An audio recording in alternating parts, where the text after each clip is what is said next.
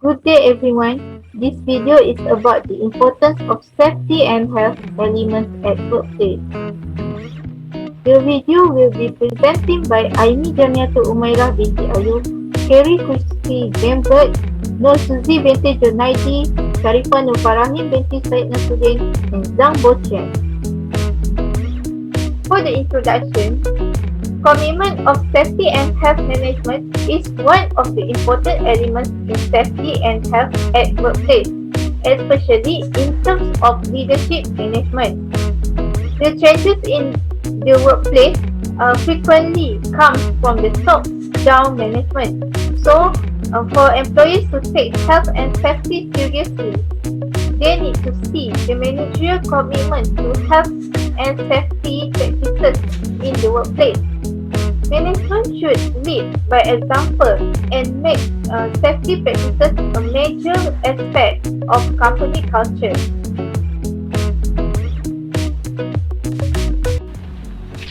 When you share out the blame for an accident at work, many different parties may qualify for some of it. The company is usually one, and in this case the victim himself was another, for working with an unbuttoned coat and a loose pendant, either of which could catch in machinery. Yet, like it or lump it, the supervisor is the principal person on the spot. Here on the shop floor, he is management. He shares the responsibility for seeing there's no dangerous litter, no faults in ventilation, no breaches of safety rules by the people under him. He doesn't even have to be called a supervisor. Any charge hand or foreman or manager in charge of any working area is subject to exactly the same regulations.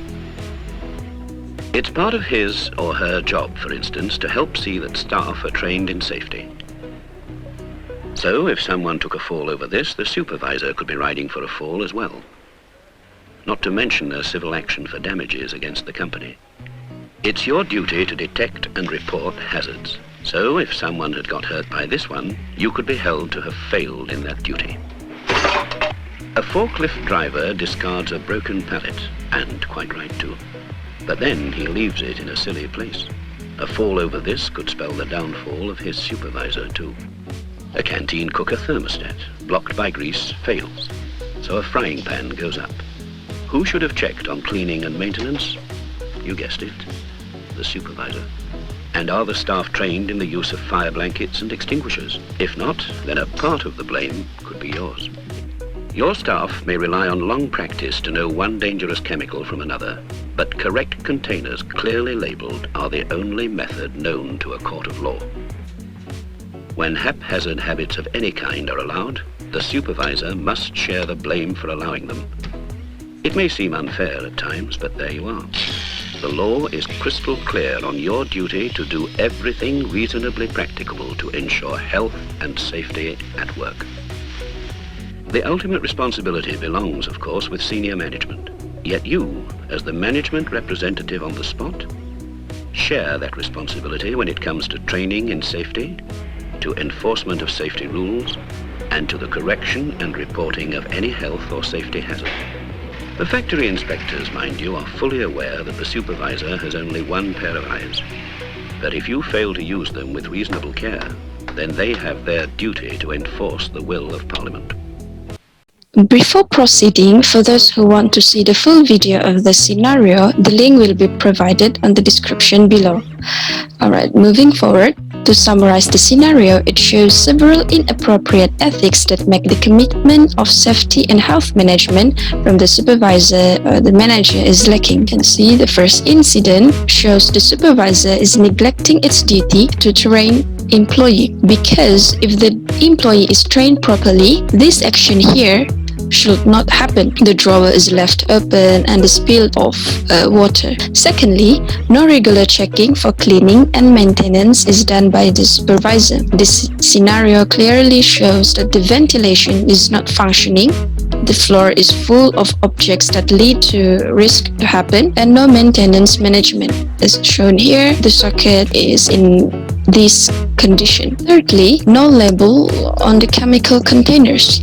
This can lead to employee to mistook chemical, and who knows, dangers might occur. Lastly, no no enforcement of safety rules to employee. From this scenario itself shows that some of the employee did not use safety goggle, and there was employee who wears a pendant while handling machine. This clearly shows that the supervisor is not committed to its safety and health management towards employee.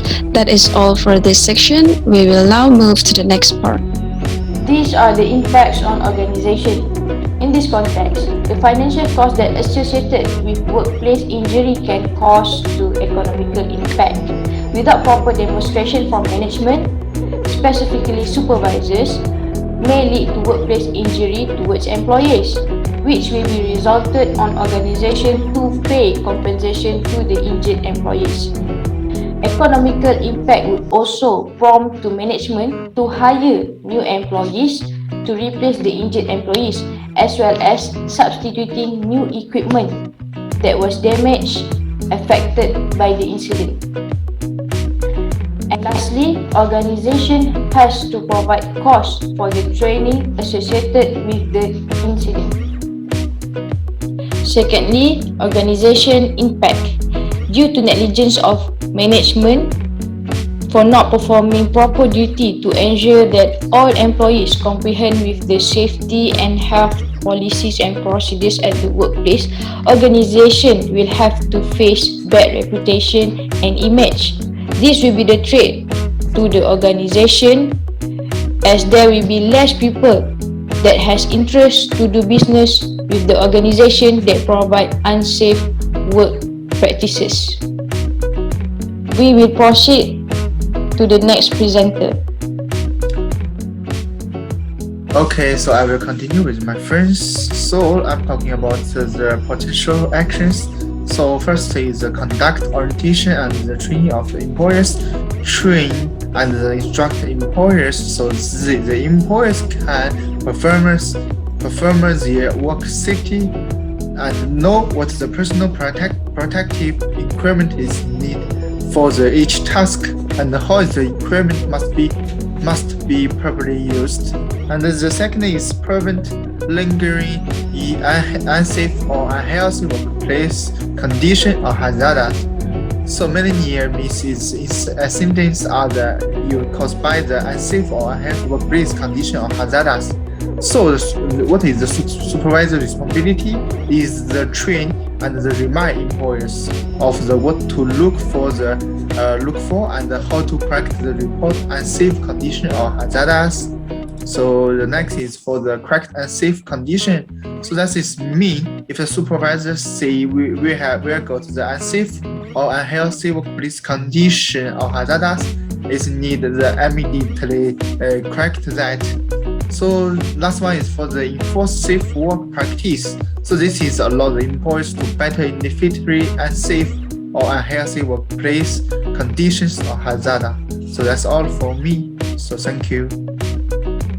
In the OSHA context, for the question of who is responsible for checking, a management is responsible for performing tasks for workplace check, specifically authorized person such as supervisor or leaders. For the question of what other alternative can be used, the management can use policy or procedure such as a statement of commitment by management and the owner of the company to workplace health and safety and to managing the process. They also can use the procedures such as a hazard identification and risk assessment procedure. For the question of when do they need to check, during the working operation including machine handling. For the question of where do the accident usually happen, accident usually occur at the workplace where the workplace is unsafe and equipment is not properly maintained and the workers are not wearing appropriate safety wear. For the question of why do they need to check, checking need to be made to prevent hazard and provide safety and help workplace environment such as in workplace injury, illness and death, as well as the suffering and financial hardship this event can cause the worker, their families and the employers. For the question of how to prevent the accident at work, to prevent the accident at work is by giving a training to the employee. The recommended practice present a step-by-step technique to imposing a safety and health program, construct around 7 middle factors that make up a HIT program. That is all from our group. Thank you.